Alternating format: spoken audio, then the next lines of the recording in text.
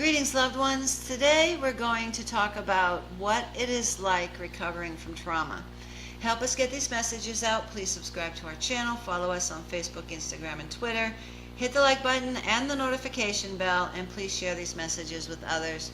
You could save a life. So what's it really like recovering from trauma?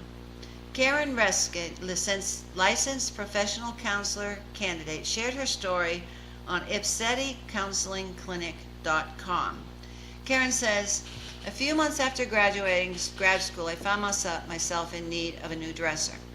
Since I was just out of school and a little low on funds, I went with my roommate to a local restore to find a used one. She says the two of us had only been wandering around the aisles of cast-off furniture for a few minutes when I saw it. A scratched and worn behemoth of a dresser, ugly, old, and dreadfully heavy. She says, I loved it instantly. She continues saying, my roommate and I, we couldn't lift it between the two of us, but we got it loaded into the truck with the help of a restore employee. She says, when we got home, we left it at the foot of the driveway until we could find a couple of strong guys to come over and help us lug it into the garage. It wasn't fit for the house yet. It would take many long, hard hours of manual labor to make it ready to use. Many of us reach moments in our lives where we are like that dresser, sitting by, feeling cast off or abandoned, beat up by losses and cruelties and shame, worn down by the effort it takes to just keep going, feeling ugly, past your prime, worthless, and unwanted. Maybe it's the effects of a traumatic past. Maybe it's the dark pull of depression. Maybe it's the endless oppression of addiction, anger, or anxiety. But you feel too heavy and weighed down to move yourself into the life that you want. This is what emotional trauma feels like. You feel like life has given you some things that are just too much to handle. You may not know if there's really any hope of letting go of your depression, anger, or anxiety. The good news is that there is hope. Recovering from trauma is possible, and healing from trauma is a process. Karen continued sharing her story, saying, it took weeks to refinish that dresser, far longer than I had expected when I first bought it home. I had to take it apart, then I had to sand it down to the raw wood. She says I had to do much of the sanding by hand because of the design of the dresser, and it wore the skin off my thumbs. She said my back hurt from hunching over it. She says I got sawdust in my eyes and my nose, and at times I wanted to quit. She says, but I kept going because I knew the finished product would be worth it. She says the process of recovering from trauma, the process of healing, is a lot like my furniture project. There's no quick fix. There is no shortcut. There is no magic pill. An antidepressant can help, but it cannot heal on its own. Whether you're facing a mental health struggle, an emotional wound, or a harmful pattern of behavior, it takes work to heal from trauma, hard work, and diligent commitment to the process. Healing an emotional wound takes daily self-care. It takes challenging your negative thoughts, conscious choices to speak truth and compassion to yourself, eyes that look for the small changes to encourage yourself to just keep going, practicing breathing or relaxation techniques. It's important to remember that healing from emotional trauma is a process. It's not an overnight change, but with the right help and support, it is possible to move past the pain that feels stuck. And other people can help you to learn how to heal from trauma. Karen continued with her story saying, I had never refinished a piece of furniture before, so I had a friend come over and help me. She said the summer before she had completed her own refinishing project, and her friend was able to guide her through the process. She said, I had a million questions. What equipment do I need? Should I use 60 grit sandpaper or 360 grit sandpaper? She says, how do I apply the stain? How many coats of polyurethane is enough? She said, beyond my friend's guidance, it was just good to have her there with me. She worked beside me. We didn't have to talk.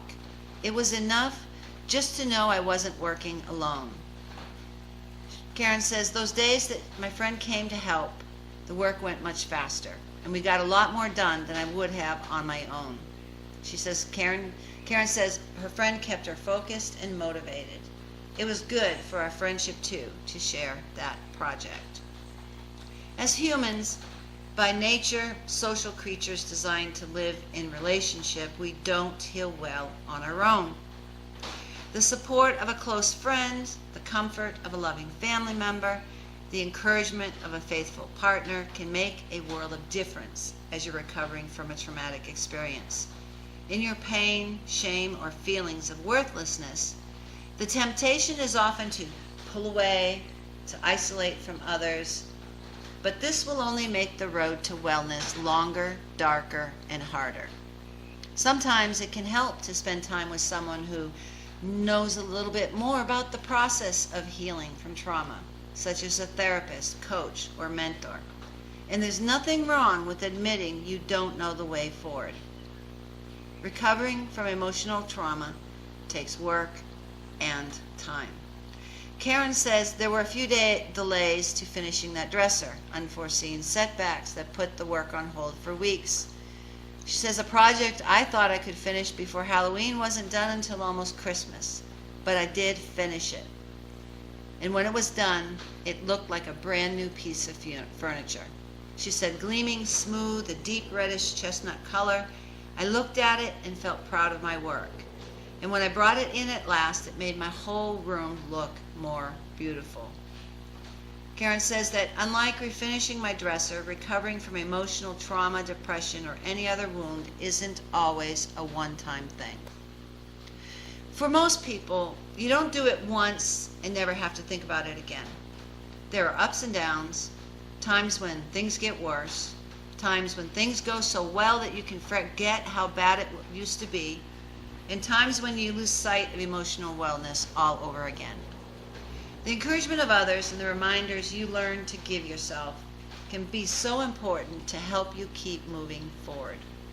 Research has shown that writing about trauma can be effective at helping you process your experience as well.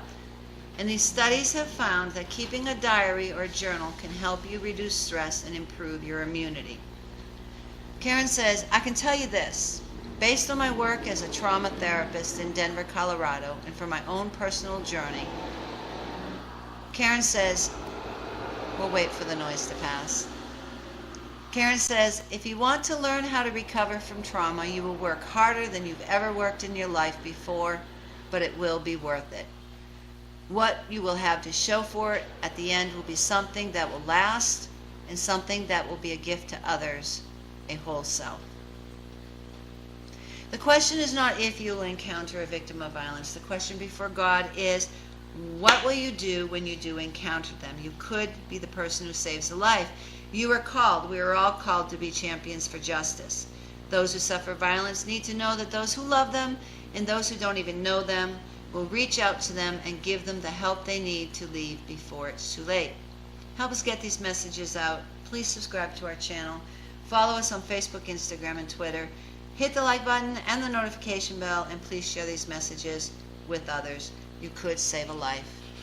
If you are a victim of violence, please listen to me. I want you to know that you are loved, you are valued, you're intelligent, you are worthy, and that God does not want you to suffer violence. He wants you to live free from violence in peace and tranquility. And I want you to know that there is a way out. It is not your fault. Abuse is not love. And most of all, you are not alone. If you are a victim of violence, reach out to someone today. If you find yourself in a dangerous situation, call 911 for help. If you know of a senior suffering violence, tell the authorities. In our next episode, we will talk about 7 ways multiple traumas can lead to growth. Until then, God bless you. Dios te bendiga.